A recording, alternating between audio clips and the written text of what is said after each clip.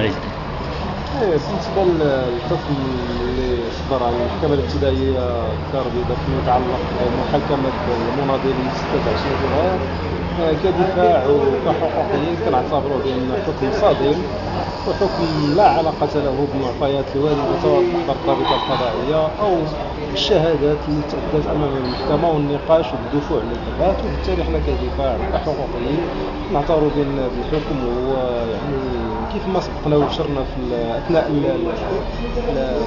المحاكمة بأنه حكم يعني شاد وكيمس شروط المحاكمة العادلة والضمانات اللي ممكن أنها تعطى في هذه المحاكمة، على اعتبار بأن المحاضر هي مطعون فيها شكلا ومضمونا، وكذلك بأن المحكمة استدعت شهود وأدوا اليمين القانونية أمامها وأكدوا بأن الوقائع المنسوبة للمناضلين العشرينيين بأن لا علاقة لها بالواقع، وبالتالي في وجود محضر مطعون في شكله وكذلك في وجود شهادة النفي اللي كتنفي الوقائع المنسوبة مثلا كان على المحكمة أن تصدر حكم بالبراءة.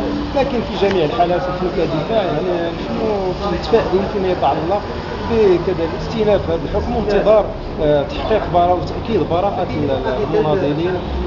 كنحييهم